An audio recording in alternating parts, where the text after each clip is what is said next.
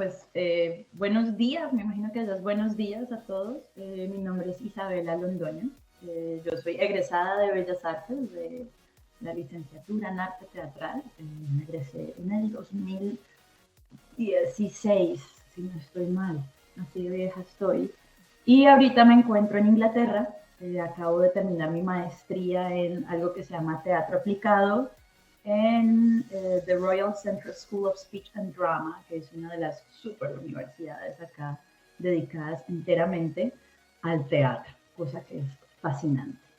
Y el teatro aplicado, ¿qué es? Pues teatro aplicado es toda una disciplina de cómo utilizamos el teatro como herramienta para el desarrollo social. Tiene que ver mucho con pedagogía, pero sobre todo tiene que ver con el trabajo con comunidades vulnerables. Entonces, últimamente mi carrera se ha ido a ese trabajo. Durante mi experiencia en la maestría, desarrollé un proyecto de investigación que se llama La danza de la opresión, y voy a hablarles del proyecto. Creo que para mí lo más interesante del proyecto y que les puede servir a ustedes fue el proceso, es hablarle del proceso, de las herramientas que utilizamos, mucho más allá de las conclusiones. Creo que es como lo más interesante y de pronto lo que les puede brindar a ustedes incluso un poco más de herramientas y de formas diferentes de hacer proyectos de investigación, creación. Entonces, pues nada, eso es. Entonces voy a compartirles una presentación. Voy a hablarles un poquito.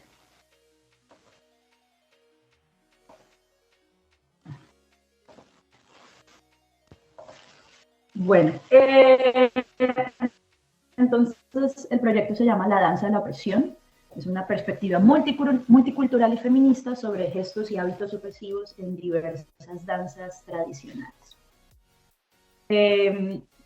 ¿Por qué decidimos hacer este proyecto? Entonces yo empezaría hablando de qué tienen en común una chica colombiana de 30 años con una chica china de 26, con una chica coreana de 28, con una chica del País Vasco que tiene 34, con una chica de la India que tiene 25 y con una chica criada en Cataluña, pero proveniente de Malí, que tiene 29.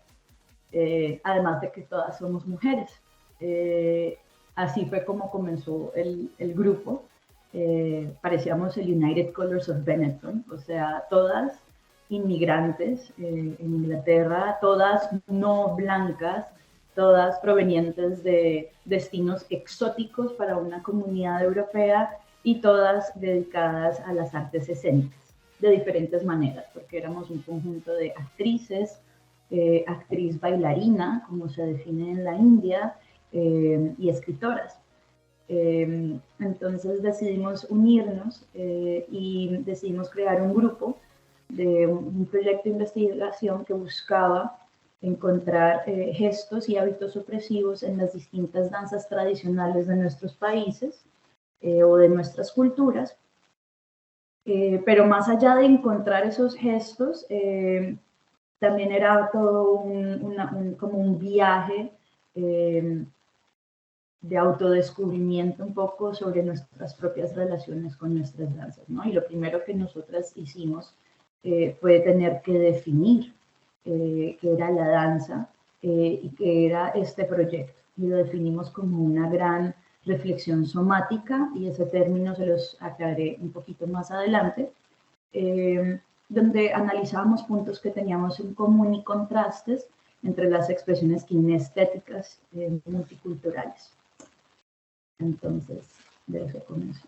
Partimos sobre una pregunta hipótesis, y la pregunta era pues que existen estos gestos opresivos en nuestras formas individuales de danza, porque uno normalmente hablaría de la opresión solamente desde la parte política o desde la parte, no sé, legislativa, o desde la parte de los hábitos y gestos cotidianos, desde la parte económica, pero es muy raro uno comenzar a hablar de que, oiga, no, espérese, es que la opresión también se puede ver o se expresa a través de nuestras formas de expresión culturales como lo son la danza, la música y el teatro, ¿no? Y yo me imagino que todos ustedes ya se habrán leído Teatro La Opresión de Augusto Boal, donde habla mucho sobre, en realidad, cómo a través de la cultura es que nosotros reforzamos y recreamos ideas opresivas, que uno simplemente convive con ellas, y fue como uno de los hallazgos que tuvimos, fue de muchos de que esos gestos o esos hábitos que nosotras dijimos que existían, pues en realidad eran hechos inconscientes, que nunca lo habíamos pensado, y que lo encontramos fue a través como de esta investigación. Entonces, obviamente, pues la hipótesis era que efectivamente sí existían algunas tendencias opresivas en nuestras formas de danza. Pues nuestro objetivo, como ya les dije, era identificar estos gestos opresivos, y tenía, digamos, como tres ramas, ¿no? Uno era una reflexión sobre nuestros contextos culturales, otra segunda rama fue encontrar puntos en común entre nuestras culturas, que son tan diferentes, y otra fue reexaminar nuestras posiciones con respecto a nuestra propia cultura, ¿no? Entonces era un viaje que iniciaba desde adentro, se exteriorizaba, se ponía en comunión con un grupo y luego otra vez volvía hacia adentro, ¿no? hacia quien soy.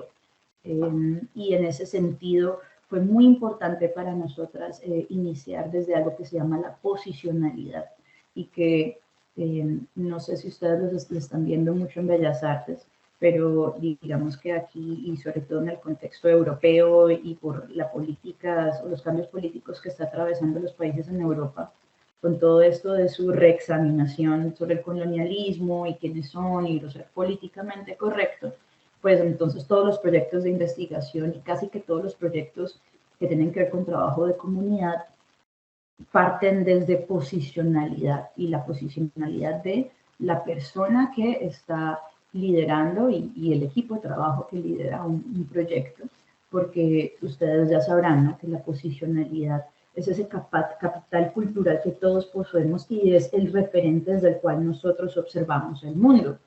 Y hay una historia ahí muy interesante que yo siempre comparto de Humberto Eco, que a mí me cambió la vida.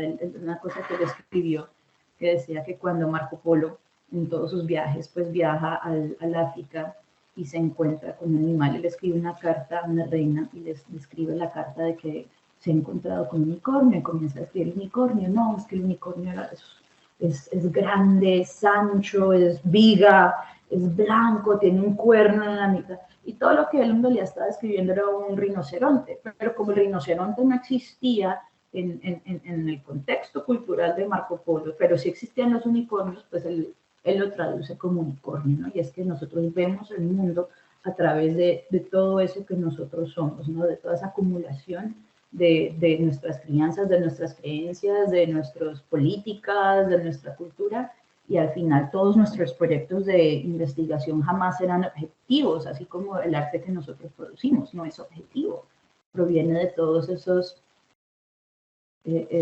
prejuicios y esas ideas preconcebidas que nosotros tenemos sobre el mundo. Y es por eso que eso fue nuestro punto de partida en este proyecto. Estas son las diferentes danzas que escogimos. Cada una escogió una danza de su país. Este es el Aurrescu, que es el que escogió Esther, que es del País Vasco, y que ella lo conoce porque es una danza tradicional que se practica y que ella practica desde niña, aunque es muy mala bailarina, la verdad. Obviamente, pues yo escogí una que me quedaba mi clase en el corazón. Yo vengo de Cali, me crié mucho con el petróleo,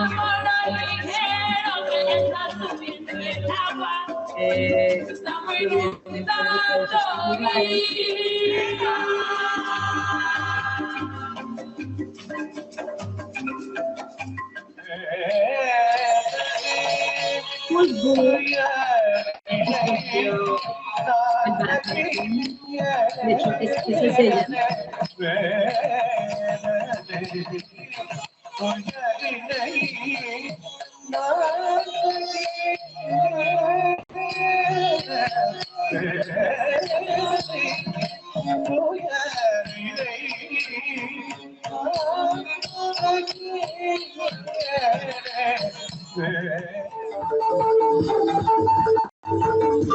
Unidos por la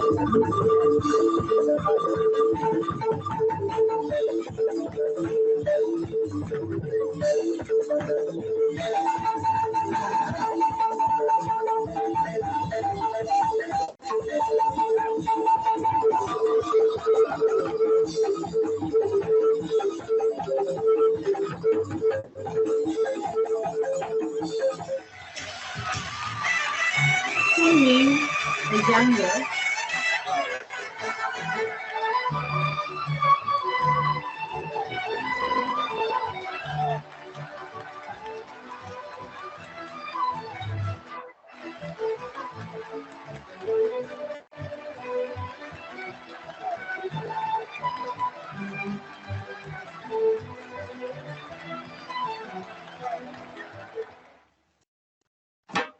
Y Pidgin, el Salturichum.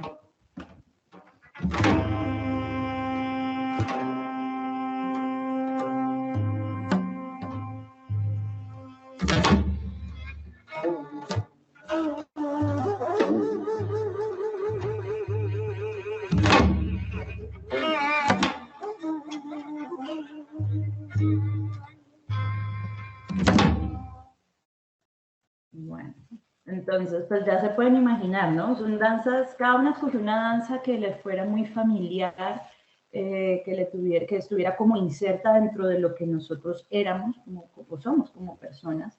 No fue algo como muy hacia el azar.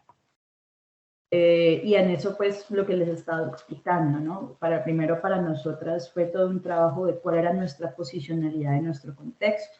Durante eso duramos todo un mes analizando de dónde veníamos nosotras, analizando primero, fue como una especie de exploración sensible, ¿no? Desde el ser, desde quién soy. Antes de meterme yo a investigar así artículos y cosas, fue cuál era mi relación con esta danza, cómo la aprendí, cómo la desarrollo, cómo me siento yo practicándola, por qué estaba presente en mi vida. Fue como, y hicimos como toda una exposición, cada una hacía una exposición sobre su posicionalidad, y luego hablábamos del contexto en que se desarrolla esta danza. Entonces, por ejemplo, cuando yo comencé a hablar del currulao, pues me tocó hacer toda una investigación sobre la historia del currulao, cómo inicia el currulao. Entonces me tocó hablarles del contexto de toda la parte de la colonia, desde donde provenían los esclavos. Fue un trabajo muy arduo porque me tocó recoger mucha información histórica que uno diría, pero ¿eso por qué? Pues porque al final todo eso fue lo que le dio peso para entender cuál era la finalidad social como tal, o per se del currulao en el momento en que este comenzó como a desarrollarse, e incluso entender que hasta hace poco el currulao incluso pasó por una gran prohibición desde las clases sociales altas hasta que se dieron cuenta que eso atraía turistas, entonces otra vez lo permitieron. Pero bueno, era importante darle un contexto también a esas danzas que nosotras teníamos pues, planteadas. Entonces, para este proceso utilizamos como metodología algo que se llama la autoetnografía. Entonces, la etnografía es una herramienta que utilizan sobre todo los antropólogos, una herramienta de observación a comunidades, donde simplemente yo, mi característica de espectador, hago toda una descripción y observación sobre qué es lo que pasa, cómo lo hacen, qué es lo que hacen, con qué lo hacen, y a través de eso analizo o hago todo un análisis muy, digamos, muy consciente y muy informado sobre ese contexto.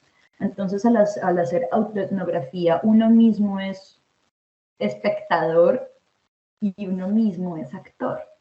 Y eso es un proceso que incluso nosotros hacemos mucho, o muchas agrupaciones en Colombia lo utilizan como parte de sus procesos de creación. Porque entendíamos este proceso que uno, o las relaciones que tenemos con nuestras expresiones culturales como algo que va de lo personal a lo cultural, y por eso escogimos esta herramienta.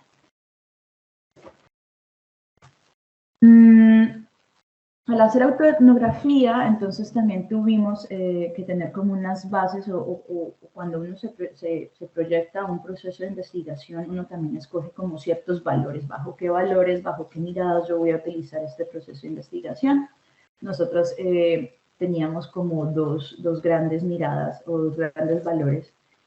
Uno era la conciencia de las realidades múltiples, es decir, entender que luego, en la siguiente etapa de nuestro proceso, que iban a ser unos talleres donde nos íbamos a enseñar las danzas, donde nos íbamos a retroalimentar, donde íbamos a conflictuarnos, pues entender que quizás lo que yo como Isabela siento que es opresivo no es lo mismo que Khushbu entiende como opresión o que Connie entendía como opresión, y que eso no invalidaba la postura del otro y antes alimentaba el proceso que estábamos tratando de realizar. Y lo siguiente, pues, era entender que esta investigación se basaba bajo la teorías feministas, pero sobre todo la teoría feminista decolonizadora, que es una teoría que va mucho hacia procesos de decolonización, a procesos que desafían la opresión desde de esas camisas de fuerza o de esos roles en los que nos han insertado la sociedad, no solamente a las mujeres, no solamente son roles de géneros, sino también cosas como raza, que raza en realidad es algo que es un concepto que nos hemos inventado socialmente, ni siquiera responde a algo que es biológico, y que ni siquiera responde a algo que se llama una etnia, ¿no? Entonces, digamos que esto era algo que teníamos que tener muy bien claro para el desarrollo de nuestra investigación. Teníamos que tener consideraciones éticas, obviamente, como toda investigación, consideraciones sensibles, individualizadas, entender cuál era el capital cultural del que cada una venía. Y bueno, obviamente alimentamos todo eso con otras teorías académicas que esto es, o sea, ahí ya me tocaría hacer toda una conferencia sobre todo eso y pues queda muy largo, ¿no? Y aquí viene el enfoque somático. Entonces, ¿qué es el enfoque somático? Es otra metodología de la investigación que basa la investigación desde lo que nuestro cuerpo siente y desde la experiencia que nuestro cuerpo tiene a través de una acción o de un suceso que estás pasando, ¿no? Entonces es una experiencia que se basa en los sentidos, y pues la visión, el auditivo, el sabor, los olores, bueno, todos nuestros sentidos. Es una experiencia que se basa en la intercorporalidad, en la propiocepción, heterocepción y la interocepción. Escogimos este enfoque somático porque sentíamos que la danza es una experiencia subjetiva, que sentida, es una forma no verbal de expresión cultural, y porque la opresión, como cuerpos oprimidos, es algo que uno aprende y encarna. Es decir, la opresión no es solamente algo que se nos está ejerciendo externamente, sino que a través de nuestra historia, nuestros cuerpos también aprenden la opresión, aprendemos a comportarnos de cierta manera. Una de esas, por ejemplo, una de esas formas de opresión que uno aprende es, hay un ensayo muy bueno que si se lo pueden leer, se llama Lanzar como niña, donde hablan sobre todo un estudio que se hizo que se comenzó desde un estudio fotográfico y que se reveló que las mujeres hemos aprendido a no ocupar espacio. Entonces, empieza por qué los hombres cuando lanzan una pelota, ¿no? Sin ser deportistas, sin ser atletas, como la gente común. Los niños cuando lanzan una pelota abren los brazos, se extienden y la lanzan, ¿no? ¡Pah! Pero ¿por qué la niña, en cambio, simplemente la lanza? O sea, es como un cuerpo cerrado que solamente levanta su muñeca y lanza la pelota desde la muñeca, no la lanza con todo el cuerpo como un niño de género masculino. Y efectivamente, a lo largo, y si uno es consciente, las mujeres hemos aprendido a ocupar menos espacio que los hombres, ¿sí? Entonces, eso de que siéntese con las piernas cerradas, de que uno siempre anda como con el pecho hacia adentro, de que cuando hablamos las mujeres tienden a hablar mucho más despacio, mucho más calmado, mucho más, el volumen más bajito, o con las manitos un poco más, ¿sí? Son cosas que hemos aprendido porque es que la opresión se encarna. ¿no? Y esa era una de las bases de esa investigación. Bueno, entonces nuestro viaje durante toda la investigación fue hacer unas definiciones, sobre todo qué era danza, qué era opresión, hablar de nuestra posicionalidad, enseñarnos nuestras danzas, hicimos todo un estudio etnomusicológico, escribimos un diario, hicimos unos talleres, todo atravesado por una investigación teórica. Entonces las definiciones fue que pues, la danza es una forma de expresión cultural y definimos la opresión como un fenómeno social que ocurre entre diferentes grupos de una sociedad en un sistema de desigualdad social a través del cual un grupo se posiciona para dominar y beneficiarse de la explotación y subordinación de otro. Bueno, yo ya les expliqué la posicionalidad. Si quieren, yo les paso esta presentación a Luz para que se las comparta. Entonces, cuando analizamos nosotros las danzas, las analizamos desde su contexto, su historia, la forma en que uno la danza y cuál era la función social de estas danzas. Luego hicimos el estudio etnomusicólogo porque a través de la música, obviamente, mucho del contexto social y cultural nos llega, ¿no? Por ejemplo, cuando uno aprende de que el currulao viene de una raíz de unas danzas africanas, bueno, una música africana del este del África, que ya se me olvidó el nombre, pero que la estructura es una estructura muy parecida a un mandala, por así decirlo, y que está diseñada para hacer entrar en trance a las personas. Cuando el currulao nace, o en el estudio etnomusicólogo que nos dimos cuenta, el currulao nace para poder hacer entrar a su comunidad en un estado de trascendencia y que duraba horas, ¿no? O sea, no era solamente una danza de tres, eso podía durar horas y horas y horas, y era que toda la comunidad entraba en un trance para olvidar esa opresión de la cual estaban viviendo, ¿no? Entonces, cuando tú comienzas a entender de dónde proviene o cuál es la musicología, la etnomusicología de las danzas, pues te da la función social, ¿no? Y claro, mi relación con el currulao en ese sentido cambió muchísimo, porque yo el currulao pues lo bailaba, era por ir a festejar y por ir a rumbear y por chévere, y luego, uy, pues, pucha, todo lo que conlleva en realidad bailar currulao. Una de las herramientas que utilizamos era el diario somático. Esto lo sacamos de una mujer, una tesa que se llama Eugene Gendlin. Ella tiene un libro que se llama Cómo encarnamos la opresión. Y en este diario lo que hace es que para el estudio de la opresión en diferentes cuerpos, cada persona escribe un diario donde hay 6 puntos que uno debe como considerar, ¿no?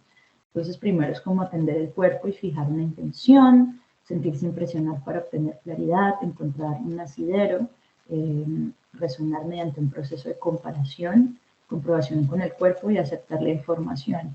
Entonces, cuando nosotras desarrollamos los talleres, o sea, después de hacer el contexto, la funcionalidad social, la posicionalidad, la etnomusicología, nosotras nos reunimos durante sesiones de 2 horas donde cada una le enseñaba a las otras a bailar su danza tradicional y cada una de nosotras teníamos un diario donde, teniendo en cuenta estos 6 puntos, hacíamos una primera reflexión personal sobre, ok, ¿qué sucedió? ¿Qué aprendí? ¿Cómo lo sintió mi cuerpo? ¿Qué me gustó, qué no me gustó, cómo me sentí oprimida, me dolió, no me dolió, me sentí cómoda. Hacíamos como toda una primera reflexión, la compartíamos, luego volvíamos otra vez a la danza y luego hacíamos como unas conclusiones comunes sobre la vivencia. Y esto fue una herramienta supremamente importante para el análisis final de nuestra investigación. Bueno, estos son algunos ejemplos de nuestros diarios somáticos. Pero no se los voy a poner a leer. Más o menos este fue el proceso de los talleres. Entonces se realizaba una muestra, lo que les decía, hacíamos una reflexión colectiva, luego nos enseñábamos a bailar y volvíamos otra vez a la reflexión colectiva y dábamos unas conclusiones. Entonces aquí son algunos, esto es como un video de muestra de nosotras enseñándonos las unas a las otras a bailar esas danzas. Ahí pueden ver yo en nuestras reflexiones, es como una muestra de nuestro proceso.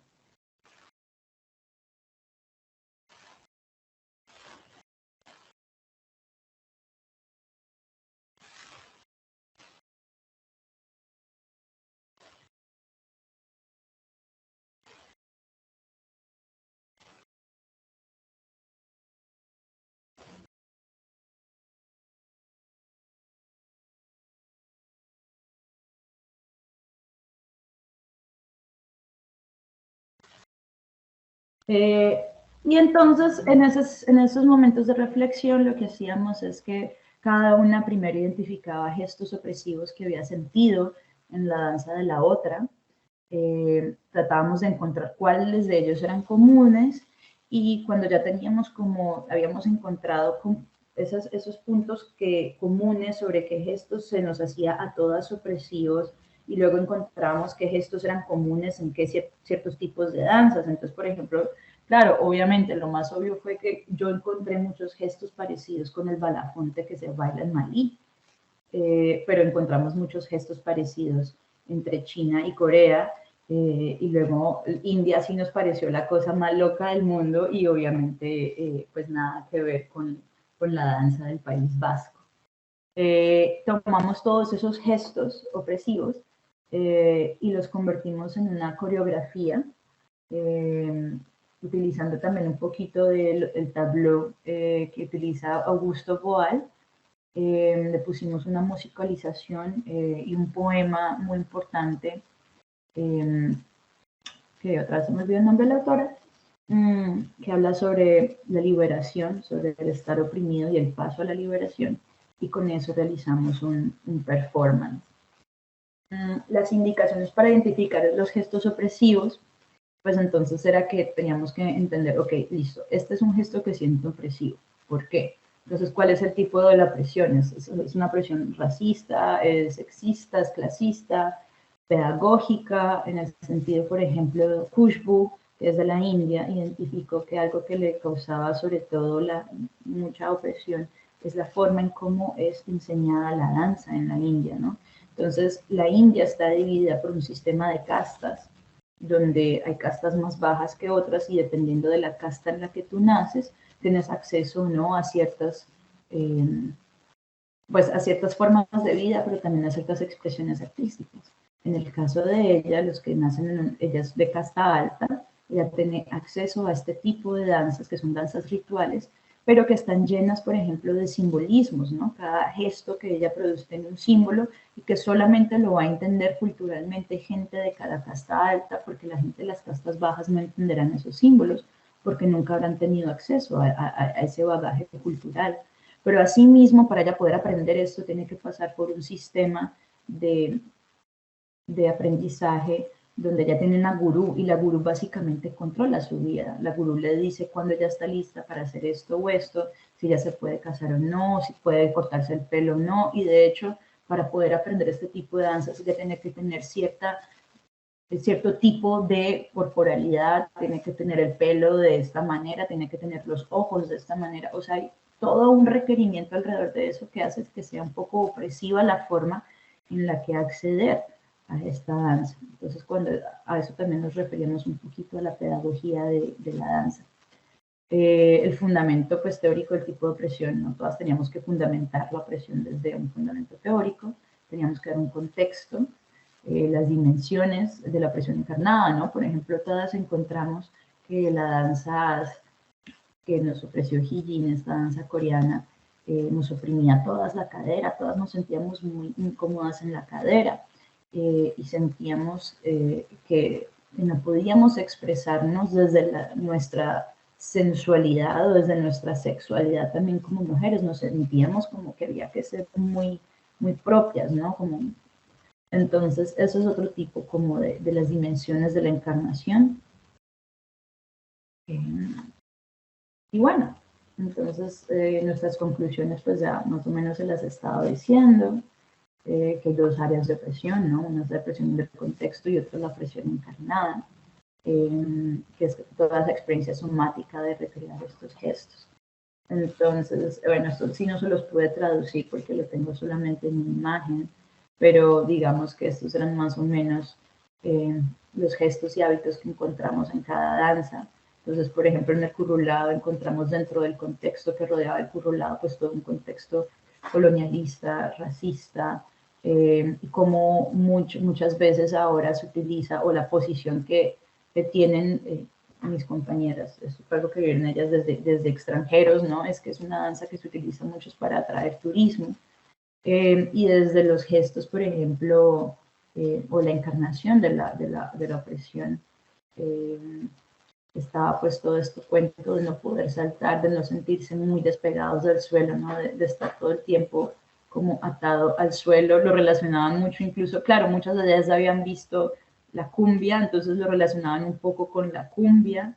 El Urrescu, por ejemplo, tiene todo un contexto sexista y religioso muy tenaz, donde incluso a las mujeres se les prohibió bailar. Entonces utilizamos como todos este tipo de cosas para hacer unos cuadros en donde nos comparamos, encontramos gestos en común y hicimos este último. Todo.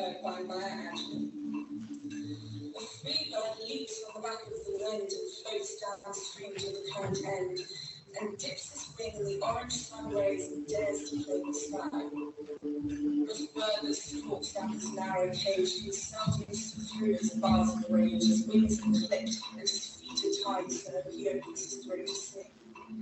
The caged bird sings with a fearful thrill of things unknown but longed for still, and his tune is heard on the distant hill. The caged bird sings freedom. The free bird takes another breeze in the tree and sees through the singing trees. And the fat worm's waiting on a dawn bright morn, and he names the sky his own. But the caged bird stands on the grave of dreams. His shadow shouts on the nightmare's scream. His wings are clipped and his feet are tied, so he opens his throat to sing. The caged bird sings with a fearful trill of things unknown but longed for still, and his tune is heard on the distant hill, for the caged bird sings for freedom. The behavior in front of the guru involves a lot of obedience, pleasing, and subordination. The tone of the voice, the eyes, and that is not direct. There is active clarity in the Nagya Shastra for men and women. For example, the Vasa Sajja, a man who is ready and dressed up for such a union, eagerly expecting a lover, and so everything is written through male gaze. The authority of the Guru demands finance in a way that's unprofessional. A child of migration hasn't really experienced these events and therefore can only speak in terms of second-hand identity traits. Because my mom is writing to me, she has shown me videos, and obviously I try to recreate that sexist aggression against women because they were excluded from the dance, and then political oppression because oppressed to the dance involving the National Basque Party. And the stereotypes in it are all the time there. Just because we were raised in that context, so everything seems normal, but actually just the opposite of normal. As there are so many words in Korean history, women and children are always targeted to be victims of sexual crimes and violence. For many women back then, once they become a survivor from the war, they not only just take care of themselves, but also they need to take care of others. What's interesting about Kurulao is that it was born as an escape tool from the colonialist and slave owning context of the time, where original economic trend was a goal, and that makes it a dance with a very strong communal feeling. However, the context grows in the modern era to a racist context that tries to exclude the Kurulao as an oppression towards Black communities. The man then access to the public sphere, and when you don't have access to the public sphere, you have no way of asserting your citizenship.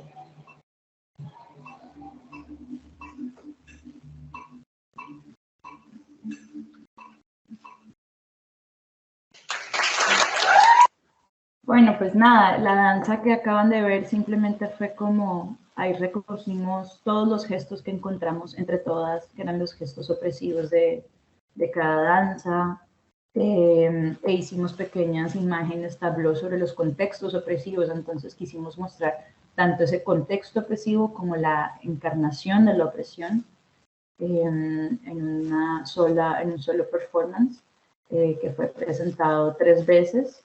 Uno, pues obviamente aquí, que fue en el lugar donde presentamos la